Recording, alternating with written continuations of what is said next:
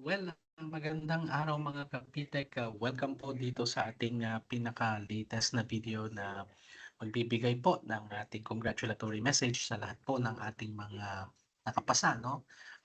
For those who were able to meet the minimum na 3 and 4 domains, no?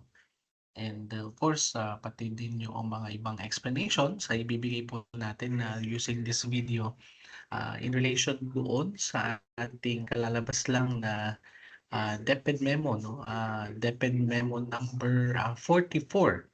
Okay, ito po yung nagbibigay nga ng, ito yung nagbibigay nga ng ating, what do you call that, the, uh, no, of the top performers, at the same time some clarificatory statements, dito po sa kalalabas lang na NASH 'no, for Match 2, okay? So tingnan natin ng mabilisan lamang itong ating, DepEd memo number 44. At ito nga po yung ating results of the national assessment for the school heads for fiscal year 2025. This is particularly for batch number 2. Okay? So alam naman natin kung ano yung very purpose why we have the national, because it is actually designed in order to evaluate the conceptual understanding, no, and the situational critical thinking skills of aspiring school leaders in the Department of Education. So ito na nga yung pumalit kay Enkesh, at NASH na nga yung sinusundan natin, no, na mechanism. So as the primary mechanism for assessing competency and readiness, the NASH serves as a developmental assessment tool designed to identify areas for improvement and support leadership growth with the different objectives included in the DepEd memo. Kasama na dyan po yung pag-increase ng pool of candidates to fill current and ongoing vacancies. Okay, and then provide opportunities for head teachers and assistant principals not affected by the implementation of the career progression for teachers to undergo the assessment. And at the same time, no, nakalagay din po dito yung pag-gather ng baseline information on the competency and learning needs of aspiring school leaders, no? And assess and identify the learning and professional development needs of potential school heads for them to effectively perform, no, their function. So, what is also interesting in this DepEd memo ay inilagay din po, no, yung kanyang explanation. Makikita natin dito sa item number 4, no? Prior yung paglabas nga that there are 23,000 no, 994 na registered assessment takers in the official list, and only 99.39% no, successfully completed the assessment. Out of which ay meron tayong mga percentages na nakalagay that would also stipulate ilan yung may 4 na domains, ilan yung may nakapasa sa 3 domains, at ilan yung merong with development needs. Okay? So in item number 4, makikita natin dito yung pag-explain, no, related to the score na ibinigay, no. So the collected responses were processed and analyzed, and consistent with the methodology used during the batch 1. The examinee scores were determined, no, through a quantitative analysis using the ordinal partial credit model, no, with which applied a multi-level scoring approach, and the scoring methodology is presented right here. So for example, in the item level, no, each response was scored on a 0 to 3 scale, where 0 is incorrect, 3 is the most correct. So makikita natin, ibig sabihin, depende sa mga options, may 0, may 1, may 2, may 3. Okay? This scale reflects varying levels of performance, ensuring that partial understanding and higher quality answers are both recognized. No? So yeah, pwede na natin sabihin na ito na nga po yung ating SONO-based, no, na taxonomy na nagpapakita ng lalim ng understanding ng isang examinee doon sa tinutukoy na indicator or competency. Okay? So yan nga, no? And then of course, may indicator level na nakalagay, domain level, and then the NASH overall score. Okay? That score actually is interpreted into varying, no, level ng competency, kagaya nitong nakalagay dito. Kung ang competency mo ay meeting the PPSSH standards in 4 domains, ibig sabihin, ang criteria nito ay ikaw ay may score na 65 or higher in the overall rating and in the specific ratings of at least 4 domains. Okay? So, ilan ang nakapasa diyan? Ilan yung pumasok sa level na yan? Out of the total examinees kanina, meron pong 6,180 or that is 25.91%. Ibig sabihin kapag meron kang meeting for domains, ibig sabihin nun yung status mo ay you are a prospective candidate, no, for entry-level school principal position. Kung may P1 na available, you are qualified to apply. Okay, subject to assessment and evaluation against the prescribed qualification standards and applicable DepEd hiring guidelines. Okay? Ano naman yung isang category? Ito yung isang level ng competency, meeting the PPSSH standards in 3 domains. Ano yung criteria na yan? Ito yung may mga score na 65 or higher in the overall rating and in the specific ratings of at least 3 domains. So ilan yung nakapasa dyan? 2,591, no? Or 10.86%. Anong meaning nito kapag meron kang 3 domains? Prospective candidate ka din, no, for entry-level school principal positions subject to assessment and evaluation against the prescribed qualification standards. So, pwede mo siyang mag-apply according to the status, yes, no? Pwede siyang mag-apply. Nakalagay, however, dito that the participation in the TDP or Targeted Development Program facilitated by NAEP, no, addressing at least one identified area for improvement is required within the 3 months of appointment. Pero hindi nangangahulugan na kapag may 3 domains ka, hindi ka po pwedeng mag-apply. Ayan, malinaw po yan, ano? Nakalagay po yan dito sa ating status. Okay? Ano naman yung isa, yung pangatlong category? Ito yung with developmental needs, no? Or with developmental areas. Sila yung may mga score ng 65 or higher in the overall rating but received above 65 in the specific ratings in fewer than 3 domains, no? So medyo marami yung nandyan. Nasa 15,077 ng mga yan or 63.22%. Anong mangyayari sa kanila? They must take the PDI or Professional Development Interventions facilitated by NAEP, focusing on the PPSSH domain identified for development. No, pwede na ba silang mag-apply for P1 position? Nakalagay dito that they must have completed the PDI and the WAP, no, duly certified by the SDS to be considered as prospective candidate to the entry-level school principal 1 position. So meaning, pag hindi pa nila tapos yung PDI, hindi pa sila po pwedeng mag-apply. Okay? Hindi kagaya ng meeting level 3 or 3 domains at saka meeting 4 domains. Sila pwede na right away na mag-apply. Ang kaibahan lang ng 3 domains at saka ng 4 domains, yung 3 domains ay kailangang merong i-complete na targeted development program. Okay? So malinaw po ito, no? Gusto lang nating linawin yan para po sa lahat po ng ating mga nagtatanong, no? At of course, para na rin malinawan po ang lahat, no, pagdating po dito sa ni-release po na result, no? Once again, congratulations po sa lahat ng ating mga NASH passers for batch number 2.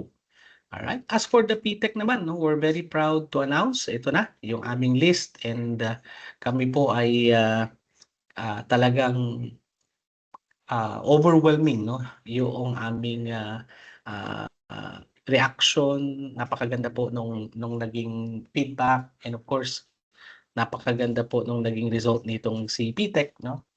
Dito po sa ginawa natin na mga technical assistance support, no, na ibinigay po sa ating mga prospective na mga candidates. So congratulations, no, we were able to get, no, at least sabihin nating 65, no, ang total passers po namin dito kay PTEC at we're very happy to announce yung mga sumusunod, no, na mga top performers po ng PTEC. We have Ryan Cortez of La Union, Region 1. Okay. Michael A. Baharin of Ilocos Sur, Region 1. Johaira G. Loxadato of Lanao del Norte, Region 10. Ma'am Maria Lourdes G. Azucena of Masbate, Region 5. Ma'am Crystal C. Lozano of Nueva Ecija, Region 3. Ma'am Nancy C. Padilla of Ilocos Norte ng Region 1. Michael Stephen R. Gracias of La Union, Region 1.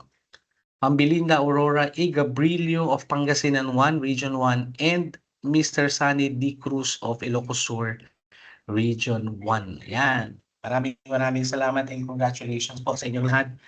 You were able to again, prove no, na with the right kind of mindset ay kaya talagang mag-succeed no, ng sino man at maging isang performing no, na in terms of the assessment no, pagdating sa NASH. Alright, so now again, ito po yung mga sumusunod na ating mga, again, nabanggitan natin itong mga top passers natin, Sir Sunny, Sir Ryan, Sir Michael, Ma'am Belinda, Michael Stephen, Johaira Loxadato, Nancy Padilla, Maria Lourdes Azucena, and Crystal C. Lozano. We're very proud of you po from your PTech family. Okay? I think if we translate our percentage ay nasa more than 70, if I'm not mistaken, because we were able to count around 88 na takers and we were able to get 65 out of them. No? Ganyan po yung rating po ni PTech. Alright. So ito yung mga sumusunod. No? Congratulations po sa ating mga meeting, the 3 and 4 domains. We consider them passers considering that they're right away to be qualified to apply. Ma'am Michelle M. Pilstead of the Gupan City Region 1, Sir Nathaniel R. De La Roca III of Camarines Sur Region 5, John Mostiero of Palawan Region 4B, Ricky Panga or Quezon 4A, Jeneline R. Rubizo of Romblon Region 4B, Carol S. Yorak of Davao de Oro Region 11. Okay, congratulations po. Sir Christopher F. Torio of the Gupan City Region 1, Dexter Cabreros of Pangasinan 2 Region 1, Noel M. Macam of Pangasinan 1 Region 1, Carlene M. Bolinas of Romblon Region 4B, Railene L. Canta of Siargao, Caraga, Marian B. Arizabal of Cagayan Region 2. Yan. Congratulations po sa inyong lahat. Sir Nestor C. Hoves of Pasig City NCR, Bernadette M. Lucrecio of Tangub City Region 10, Manilin E. Ursua of Calamba City Region 4A, Madonna B. Estrada of the Gupan City Region 1, Malu L. Gandula of Tarlac Region 3, Reynaldo V. Daniela of Surigao del Sur, Caraga. Ayan, congratulations. Ma'am Winnie Benitez of the Gupan City Region 1, Brendo C. Embok of Cotabato Region 12, Elnora C. Nivera of Pangasinan 1 Region 1, Barbie Z. Katunggal of Pangasinan 1 Region 1, Janice F. Monteroso of Isabela Region 2, Alan E. Divera of the Gupan City Region 1. Okay. So we're very proud and we're extremely happy for all the achievements no ng ating mga passers.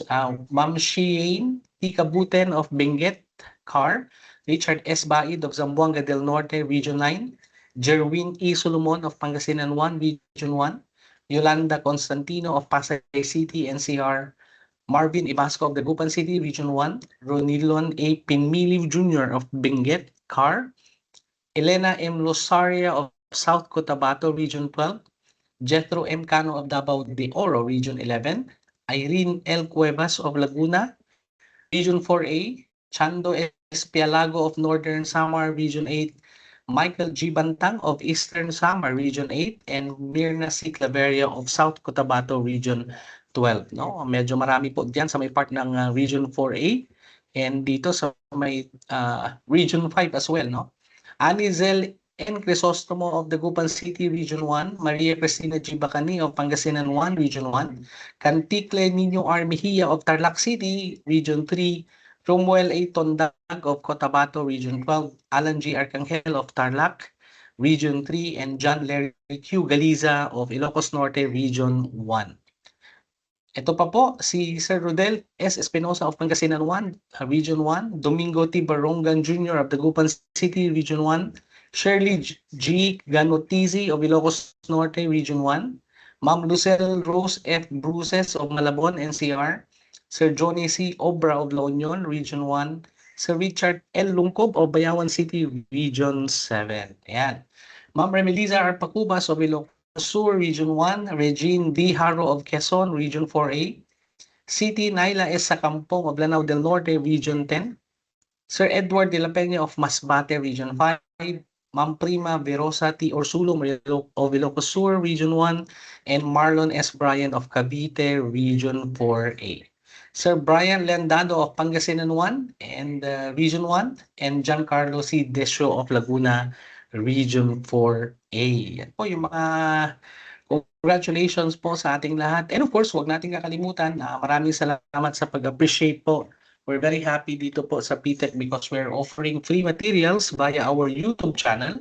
And because of that, may mga nag-message po sa atin at nagpaabot ng kanilang pasasalamat because of the YouTube channel na ating minamanage ay kahit papaano ay nakapagbigay po ng mga inputs po para sa kanila.